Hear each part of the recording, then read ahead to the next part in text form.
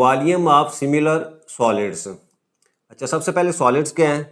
Geometry के अंदर solids जो है वो 3 डिमेंशन ऑब्जेक्ट्स जो हैं उसको सॉलिड्स कहा जाता है, जिसकी लेंथ हो, ब्रेथ हो और हाइट हो।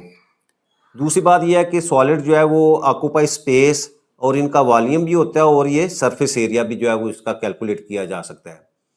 अच्छा, इनकी एग्जांपल अगर बात करें तो हमारे पास जो cube, cuboid, sphere, cylinder, pyramid, cone, prism वगैरह, ये सारी के सारे जो है वो आपकी सॉलिड्स हैं। अब यहाँ कह रहे हैं वॉल्यूम ऑफ सिमिलर सॉलिड। सबसे पहले कह रहे हैं two solids are said to be similar, यानी दो सॉलिड्स को सिमिलर कहेंगे if they have same shape but possible different size, यानी उनकी शेप तो सेम हो लेकिन साइज जो है उसमें जो है वो फर्क हो सकता है, यानी एक छोटी हो सकती है बड़ी। जैसे यहाँ आपके पास जो है वो सिलेंडर है, इसका मतलब ये एक छोटा सिलेंडर है, ये बड़ा है। देखें दोनों की शेप जो है वो सेम है लेकिन इनके साइज के अंदर जो है वो फर्क है। Two solids are similar if length of the corresponding sides are proportional, the ratio of the corresponding length are equal. यानी यहाँ सिमिलर क्या होंगी कि आप उनकी जो साइड्स हैं उनके दरमियान जो रेशियो होगी उसके अंदर जो है प्रोपोर्शन होगी। और कैसे होगी? यानी टू सिलेंडर्स आर सिमिलर। अच्छा, अब देखो ये दोनों सिलेंडर वो कहता है सिमिलर है, क्या किया है? इनकी जो R1 और R2 के दरमियान रेशियो ये इक्वल होगी। इनकी जो हाइट H1 और H2 के दरमियान जो रेशियो होगी, यानी दोनों के दरमियान जो साइड्स हैं उनके दरमियान रेशियो जो है वो हमेशा जो है इक्वल होगी। जैसे उसने कहा कि R1 अगर 4 है, R2 5 है, यानी ये छोटा सिलेंडर इसकी R1 है 4 और ये जो बड़ा सिलेंडर है इसकी R2 जो है वो 5, तो इन दोनों के दरमियान रेशियो ले तो ये हमारे पास जो है 4/5 आ जाती है। अच्छा, अब हाइट की बात कर रहा है। अगर जो छोटा सिलेंडर है उसकी हाइट H1 जो है उसको 8 सेंटीमीटर लें और जो बड़ा सिलेंडर है उसको H2 से रिप्रेजेंट करें, यानी हाइट आपकी 10 सेंटीमीटर है, तो 8/10 के रेशियो को सिंप्लीफाई करेंगे तो अगेन आपके पास जो है उनके दरमियान रेशियो जो है 4/5। तो इसका मतलब क्या हुआ कि आपकी जो सॉलिड्स होते हैं उनकी जो लेंथ है उनके दरमियान रेशियो जो है वो हमेशा प्रोपोर्शनल होती है और वो इक्वल होती है। अच्छा, नेक्स्ट जो है वो फार्मूला ड्राइव करने के लिए वो क्या कह रहा है? ये वॉल्यूम ऑफ स्मॉलर सिलेंडर, ये वाला जो आपका सिलेंडर है इसका वॉल्यूम ले रहा है। वॉल्यूम सिलेंडर का फार्मूला जी πr²h होता है। तो πr1²h1, यानी इस वाले का जो है वो वॉल्यूम निकालने रह गया, उसको V1 से रिप्रेजेंट किया है। पाई आपकी जो है फिक्स, R1 आपका जो है वो 4 है तो 4 का स्क्वायर और H1 की जो वैल्यू है वो 8 है। तो यहाँ आपके पास जो है वो V1 की वैल्यू जो है वो 128 पाई सेंटीमीटर स्क्वायर आ जाती है। अब इसके बाद वॉल्यूम ऑफ लार्जेस्ट सिलेंडर ले रहा है। अच्छा, फार्मूला अगेन वही है आपके पास, पाई उसी तरह लिख दी है। अब देखिए यहाँ R2 की वैल्यू जो है वो 5 है, ठीक है, तो 5 का स्क्वायर जो है ये वैल्यू गलत दी हुई है, ये 25 है, ठीक है। तो 25 और H2 की वैल्यू आपके पास 10 है, दोनों को मल्टीप्लाई करोगे तो 250 पाई सेंटीमीटर स्क्वायर आ गया इस वाले सिलेंडर, बड़े सिलेंडर का जो है वो वॉल्यूम। अच्छा, अब इन वॉल्यूम के दरमियान जो है वो रेशियो ले रहा है। Ratio of the volumes V1 और V2, इसकी वैल्यू 128 पाई है और ये जो है 250 पाई है। दोनों को पाई पाई से कैंसिल हो जाएगा आपका, और इसको 2 पे डिवाइड किया तो आपके पास 64 और 125, और ये 64 जो है ये 4 का क्यूब है और इसी तरह 125 जो है ये 5 का क्यूब है। तो इसको सिंप्लीफाई करके 4/5 होल क्यूब जो है उस फॉर्म में लिख दिया। अच्छा, अब देखिए ये 4/5 हमारी यहाँ से वैल्यू आई हुई है, यानी R1 और R2 उसकी वैल्यू भी 4/5 है। H1 और H2 इसकी वैल्यू भी आपके पास जो है वो 4/5 है। तो इसका मतलब क्या हुआ कि आपका V1 और V2 जो है वो किसके इक्वल है? R1/R2 इसका क्यूब के इक्वल है, या इसको H1/H2 इसके क्यूब के इक्वल जो है वो हम लिख सकते हैं। तो यहाँ से हमारे पास जो है एक फार्मूला बन जाता है, वो क्या है कि V1/V2 that is equal to L1/L2 whole cube. यानी इसका क्या मतलब है कि ratio of volume any two similar solids, यानी ये वॉल्यूम की रेशियो है, is equal to the cube of the ratio of any two corresponding length of the solid. यानी सॉलिड की कोई सी भी दो लेंथ लें, उनके रेशियो का जो क्यूब है वो आपके V1/V2 के इक्वल है। तो ये हमारे पास जो है वो एक फार्मूला आ गया। देखें अगेन जो है वो लास्ट टॉपिक की तरह इसमें भी 4 चीज़ें हमारे पास, एक V1 वॉल्यूम है और V2 वॉल्यूम है और 2 साइड्स हैं। तो इनमें से हमारे क्वेश्चन के अंदर जो है वो 3 चीज़ें दी होंगी और 4th वन जो है वो हम कैलकुलेट कर लेंगे। अच्छा, नेक्स्ट हमने देखा कि आपका जो साइड्स की रेशियो है वो आपके जो है वो के इक्वल होती है। यहाँ भी उसने L1 और L2 जो है वो उसको के यानी जिसको हम स्केल फैक्टर कहते हैं उसके इक्वल ले ले, तो इसका मतलब हमारे पास जो है यही फार्मूला जो है वो किसके इक्वल हो जाएगा, यानी V1 ओवर V2 और L1 और L2 की जगह आप के पुट करें तो यहाँ के की वैल्यू जो है वो 3। तो ये फार्मूला जो है वो हमारे पास जो है वो स्केल फैक्टर में आ गया। तो यहाँ से हम कह सकते हैं कि volume V1 is K3 times the volume V2, यानी इसी को अगर हम क्रॉस मल्टीप्लाई करें तो यहाँ हम लिख सकते हैं कि आपका V1 that is equal to K3 V2, यानी आपका V1 जो है वो V2 के K3 टाइम्स जो है, और K जो है वो आपका स्केल फैक्टर है। ठीक है। अच्छा, नेक्स्ट वो कह रहा है कि since mass of the substance is proportional to its volume, यानी कोई भी जो हमारे पास जो है वो यहाँ जो है वो सॉलिड्स होगा उसका जितना वॉल्यूम ज़्यादा होगा, यानी जितनी बड़ी चीज़ होगी तो इसका मतलब उसका वॉल्यूम भी उसी हिसाब से जो है वो चेंज होगा। यानी अगर वॉल्यूम बढ़ रहा है तो इसका मतलब आपका मैस भी जो है वो उसी जो है वो सॉलिड्स का जो है वो बढ़ेगा। तो ये कह रहा है कि since mass of a substance is proportional to its volume, the ratio of the mass of two similar solids is equal to the ratio of their volume, यानी जो वॉल्यूम के दरमियान रेशियो होगी इसी तरह आपके सॉलिड्स के जो मैस है उनकी रेशियो भी जो उसी लिहाज से जो चेंज होती जाएगी। If the masses of two similar solids are W1 and W2, यानी मैसेज को अगर W1 और W2 से रिप्रेजेंट करें और वॉल्यूम हमारे जो है वो V1 और V2 है, तो इसका मतलब क्या होगा कि आपके V1 और V2 के दरमियान जो रेशियो होगी वो इक्वल होगी आपके मैस W1 और W2 के। तो आप इसके बाद क्या किया कि आपने V1 और V2 की जगह आप W1 और W2 पुट करेंगे तो हमारे पास जो है वो ये एक नया फार्मूला जो है वो आपके पास आ जाएगा, यानी आपके मैस के दरमियान रेशियो जो है वो इक्वल टू आपकी जो उनकी जो साइड्स हैं उनकी रेशियो के क्यूब के इक्वल होगा। अब इसी फार्मूले को जो है वो एक एग्जांपल से जो है एक्सप्लेन करते हैं। Find the unknown volume in the following similar solids, यानी ये दो आप हमारे पास जो है वो सॉलिड्स दिए हुए हैं, कौन है, और ये कहता है कि सिमिलर सॉलिड्स हैं। सिमिलर है तो इसका मतलब हमारे पास जो फार्मूला वो तो है जी V1 over V2 that is equal to L1 over L2 whole cube. अब यहाँ देखें V1 की वैल्यू 200 उसने दी हुई है, वो हमने पुट कर दी। V2 की वैल्यू जो है वो फाइंड करनी है, वो एज इट इज लिख दी। और इसी तरह L1 इसका 2.5 सेंटीमीटर है और इसका 4 सेंटीमीटर है, तो 2.5 ओवर 4 किया।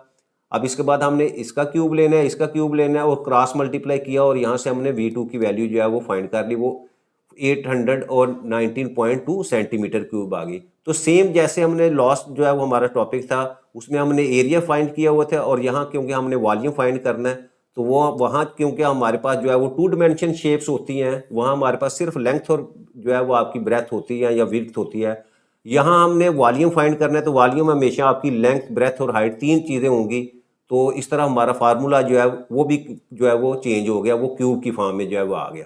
एक्सरसाइज 9.3 को स्टार्ट करते हैं। क्वेश्चन नंबर 1 है the radii of two spheres are in the ratio 3:4, यानी दो हमारे पास जो है वो स्फीयर दिए हुए हैं। वो कहता है उन स्फीयर के जो रेडियाई हैं उनके दरमियान रेशियो जो है वो 3:4 है। What is the ratio of there volumes, तो उनके वॉल्यूम्स के दरमियान रेशियो आपने जो है वो फाइंड करनी है।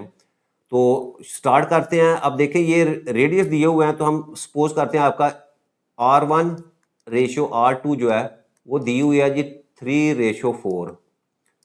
तो यहाँ से हम इसको लिख सकते हैं कि R1 divided by R2 that is equal to 3/4। ये रेशियो तो दी हुई है उनके रेडियाई के दरमियान स्फीयर के। अच्छा, अब हमने क्या करना है, हमने रेशियो फाइंड करनी है उनके वॉल्यूम के दरमियान। तो हम सपोज कर लेते हैं कि let V1 and V2 be the volumes of sphere, उसको हम V1 और V2 से रिप्रेजेंट करते हैं। सिंस आपके जो स्फीयर हैं आर सिमिलर है तो इसका मतलब हमारे पास जो उनके दरमियान रेशियो है वो क्या है, V1 over V2 that is equal to R1 over R2 whole cube. ये हमारे पास जो है उसका फार्मूला है। अब यहाँ हम वैल्यूज पुट करते हैं। V1 ओवर V2 ये हमने फाइंड करनी है रेशो, और R1 की वैल्यू और R2 की वैल्यू हमारे पास जो है वो 3/4 है इसका क्यूब। अब यहाँ से 3 का क्यूब लेंगे तो हमारे पास 27 और 4 का क्यूब लेंगे तो हमारे पास जो है 64 आ जाता है। तो इसका मतलब हमारे पास जो है वो इसको हम इस तरह भी लिख सकते हैं कि यहाँ V1 और V2 है, इसको रेशो की फॉर्म में लिखे तो ये हो जाएगा V1 ratio V2 that is equal to 27 ratio 64। तो ये चीज़ जो है वो वॉल्यूम के दरमियान जो है वो रेशो जो है वो हमने फाइंड करनी थी। नेक्स्ट हमारे पास question number 2, two regular tetrahedrons have volumes in the ratio 8:27। यानी रेगुलर टेट्राहेड्रन है तो उनकी जो वॉल्यूम है उनके दरमियान जो है वो रेशो दी हुई है। तो हम इसको लिख सकते हैं कि आपकी जो है V1 रेशो VT जो ये दैट इज इक्वल टू 8:27। और इसको हम अगर रेशो की फॉर्म में लिखें तो ये फ्रैक्शन में V1 over V2 that is equal to 8/27। What is the ratio of their sides, यानी उनकी साइड्स के दरमियान क्या रेशियो है वो हमने फाइंड करनी है। तो यहाँ पहले लिख लेते हैं हम, let L1 and L2 be the sides of tetrahedron respectively. यानी हम उनकी साइड्स जो है उसको L1 और L2 से रिप्रेजेंट कर दिया, और क्योंकि ये जो है वो सिमिलर है हम यहाँ लिख देते हैं टेट्राहेड्रन्स आर सिमिलर। अगर सिमिलर है तो इसका मतलब क्या हुआ कि आपका V1 over V2 that is equal to L1 over L2 whole cube.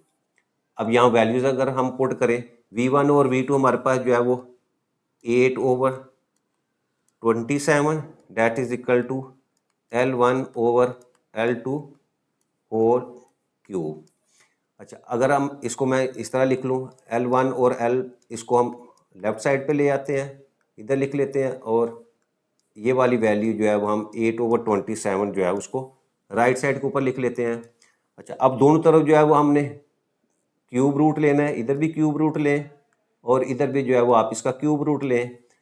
अच्छा, लेफ्ट साइड से आपका ये क्यूब और क्यूब रूट आपस में कैंसिल हो जाएंगे, तो आपके पास वैल्यू आ जाएगी जी L1 ओवर L2।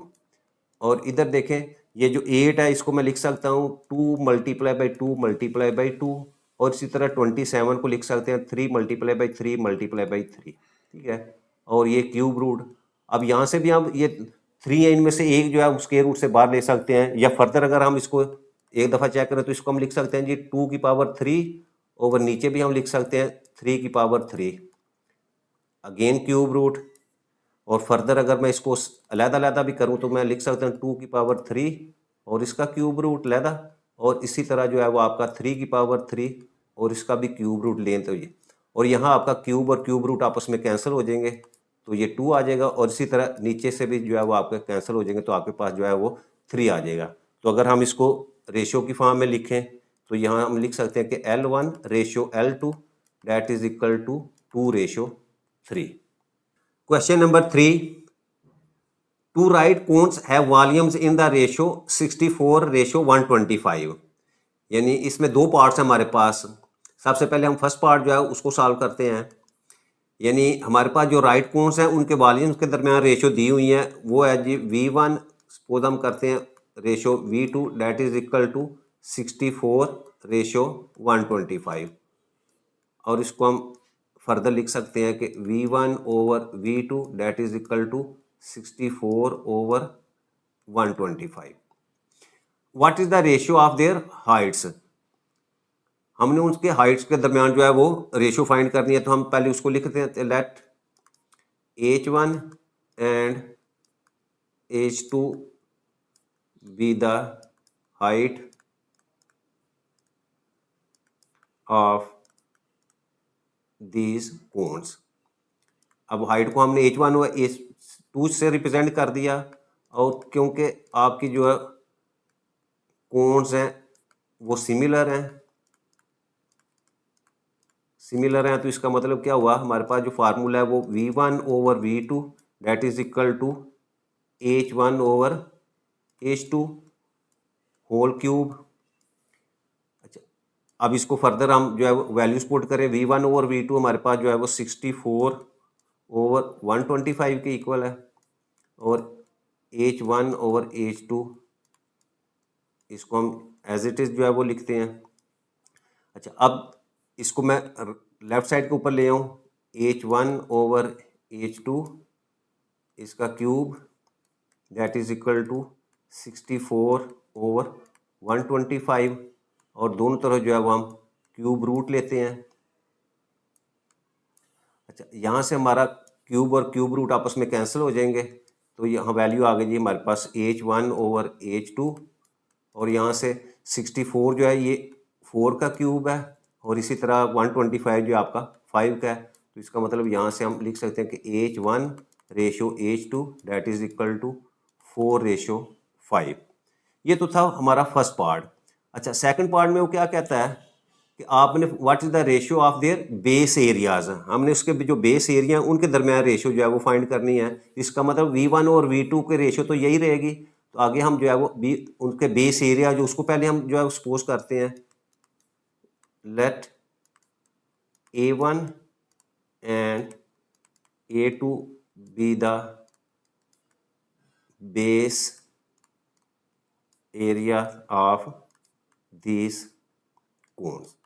अब इन कोन्स के जो बेस एरिया उसको हमने A1 और A2 से रिप्रेजेंट कर दिया। तो इसका मतलब हमारे पास जो फार्मूला जो है वो क्या आ जाएगा A1/A2 that is equal to H1/H2 whole square. क्योंकि एरियाज की बात हो रही है, एरिया हमारे पास जो है वो 2D में होता है। तो इसका फार्मूला हमने जो लास्ट हमारा टॉपिक था जो एक्सरसाइज 9.2 उसके अंदर हमने डिस्कस किया डिटेल के साथ। तो ये फार्मूला हमारे पास A1/A2 that is equal to H1/H2 whole square की फॉर्म में आ जाएगा। तो आप देखें ये A1/A2 ये रेशियो तो हमने फाइंड करनी है और H1 और H2 हमारे पास अभी हमने फाइंड किया वो 4/5 है। तो यहाँ हम लिखते हैं 4/5 होल स्क्वायर। अब इसका स्क्वायर जो है उसको ओपन करें तो हमारे पास आ जाएगा 4 4 जा 16 और इसी तरह 5 का स्क्वायर लेंगे तो 25। तो इसका मतलब हमारे पास जो है वो एरिया उसके दरमियान ratio A1/A2 that is equal to 16/25। तो ये क्वेश्चन नंबर 3 जो है वो कंप्लीट हो जाता है।